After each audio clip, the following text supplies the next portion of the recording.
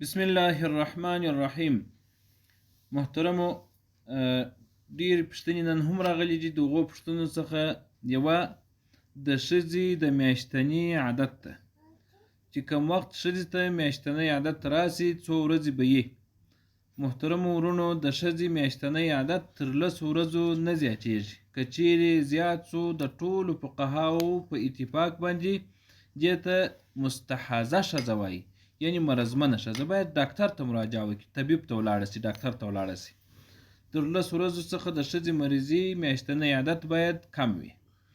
اوس که چیرې بیا یو ښځې ته ګرد عمر داسې مریضي راځي، بسته میاشت، یعنی ګرد عمر د دې سروکار د مریضۍ سره وي، دا به څه کوي؟ دغې ښځې ته پکار ده چې 20 ورځې د دې طهر دی، پاکیه ده، او هغه 10 ورځې د دې میاشتنی عادت یا حیض دی. په دا 10 ورځو کې به دا لمونځ نه کوي، روژه به نه نیسي. پاته 20 ورځې هر وخت ته به اودس تازه کوي. که څه هم دا د لمانځه په مابینځ کې دې ته دغه مریضي راسي، هغه وینه ورشي چې هیڅ پروا نه کوي، هیڅ مشکل نشته پکښې کې. خو داسې به کوي چې د ماپښین وخت چې ماپښین وخت یې اودس تازه کړي. د ماپښین دپاره دا اودس لري لمونځ به کولی سي، د قرآن کریم تلاوت به کولی سي.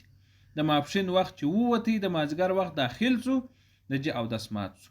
که څه هم په دا ماپښین کې د دې وینه راسي، پر کالو یې وموښلیږي، هیڅ مشکل نشته، نه کالي په مرداریږي، نه یې هم اودس ماتیږي.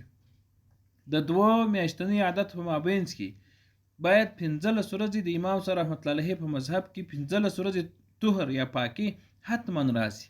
که چیرې 10 ورځې یو ښځې ته مریضي رالی، وارې میاشتنی عادت ورته رالی، بیا 10 ورځې په مابینځ کې چیرې سولې بیا ورته رالی، دا هم مستحاضه ښځه ده، یعنې دا به خپل لمونځ کوي تر څو چې 15 ورځې پوره سوي نه وي. دې ته حیض یا میاشتنی عادت راتلل دا شرعي جواز نه لري چې دا لمونځ پرېږدي. دا خپل لمونځ کوي. که د روژې وخت روژه به نیسي، هغه کار به کوي لکه مخکې چې مو وویل، هر وخت ته به اودس تازه کوي. السلام علیکم ورحمة الله وبرکاته.